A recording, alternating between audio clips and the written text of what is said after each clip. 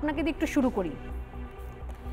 বিভিন্ন এই ধরনের নেটওয়ার্কিং কাজ যে চলছে এগুলো সম্পর্কে আপনারা কতটুকু জানতে পাচ্ছেন, বা সেক্ষেত্রে কেন্দ্রের তরফ থেকেই এখন এনআইএ এখানে এসেছে, যেভাবে কোথাও ছানবিন চলছে, একটা একটা করে জিনিস ক্লিয়ার হচ্ছে, নাহলে কোথাও কি আপনারাই বা জানতে পারতেন যে আসলে কোন নেটওয়ার্কে কীভাবে এখানে সরকারি আধিকারিক বা কিছু ক্ষেত্রে আপনারা শুনলে অবাক হবেন, আপনাদের মতো অর্থাৎ যে দল কেন্দ্রে আছে সেই দলের পলিটিশিয়ানও কিন্তু এদের মধ্যে রয়েছে, যাদেরকে ট্র্যাক করার চেষ্টা চলে প্রত্যেক মুহূর্তে, সেটাও নাম ভারিয়ে, হিন্দু পেজ বানিয়ে, প্রোফাইল বানিয়ে, ধীরে ধীরে। এটা স্বর্ণালী, এর জিনিস তো চলেই। আমি নিজে বেশ কিছু মেসেজ আমার ইনবক্স খুলে দেখাতে পারি, যে মেসেজগুলো দেখলেই আপনি বুঝতে পারবেন যেগুলো ট্র্যাপ করার জন্যই এই মেসেজগুলো করা হয় বা বন্ধুত্বগুলো করতে চাওয়া হয়। আমি আপনাকে একটা কেসের কথা বলবো, একটু মনে হবে হয়তো শুরুতে অপ্রাসঙ্গিক, কিন্তু খুবই প্রাসঙ্গিক। সতীশ কুমার নামে বিএসএফের এক কমান্ড্যান্ট ছিলেন, তাকে সিবিআই অ্যারেস্ট করেছিল প্রথম কিন্তু একটি ডিসঅ্যাপ্রোপ্রিয়েট প্রপোর্শনেট অ্যাসেটের মামলায়, এবং তারপরে দেখা যায় সেই সতীশ কুমার তিনি নানা রকম পাচার, মানে গরু পাচার, মানব পাচার ইত্যাদি নানা রকম পাচারের সঙ্গে তিনি যুক্ত ছিলেন। এবং যখন সেই সতীশ কুমারকে ট্র্যাক করা হয়, দেখা যায় যে সতীশ কুমারের সাথে মোহাম্মদ ইনামুল হক নামে এক স্মাগলারের লিঙ্ক আছে, এবং সেই সূত্রে দেখা যায় যে সেই মোহাম্মদ ইনামুল হকের আবার বাংলাদেশে জামাতের সঙ্গে বেশ কিছু লিঙ্ক আছে। তো এই কলকাতাটা একটা খুব সেফ ট্রানজিট প্লেস হয়ে দাঁড়িয়েছে। এটা আজকে বলে না, বহুদিন ধরে, দীর্ঘদিন ধরে কলকাতাকে একটা সেফ ট্রানজিট প্লেস বানানো হয়েছে। শুধু তো গুপ্তচররা নেই, ভারতবর্ষে কিছু কিছু মুক্তচরও আছে, যারা ওই কেউ কাশ্মীরে আজাদি চান, কেউ আবার তথাকথিত এনজিও চালান, তো এরাও আছে। আপনি মুক্তচররা একটা বড় ভূমিকা পালন তো করছে, ক্ষেত্রে যেটা স্পষ্ট হচ্ছে এই মুক্তচরদের মাধ্যমে যেটা হচ্ছে এই ধরনের ফেক আইডেন্টিটি গুলো এগুলো মান্যতা পাচ্ছে।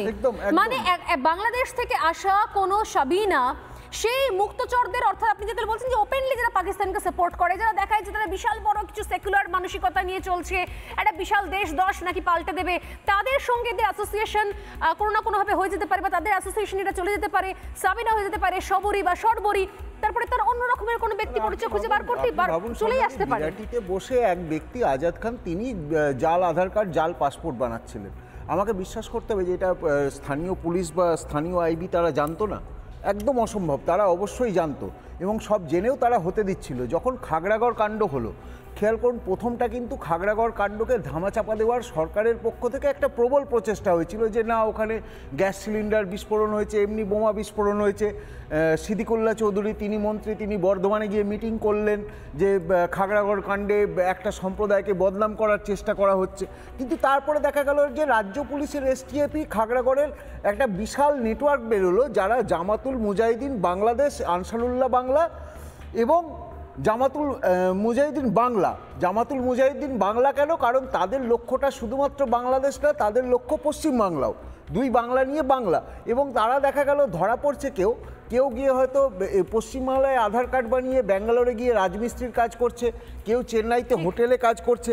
তো এইটা একটা পুরো ইকোসিস্টেম, এবং এই ইকোসিস্টেমটা একটা ব্যাপক অর্থের বিনিময়ে লেনদেন হচ্ছে এবং চলছে।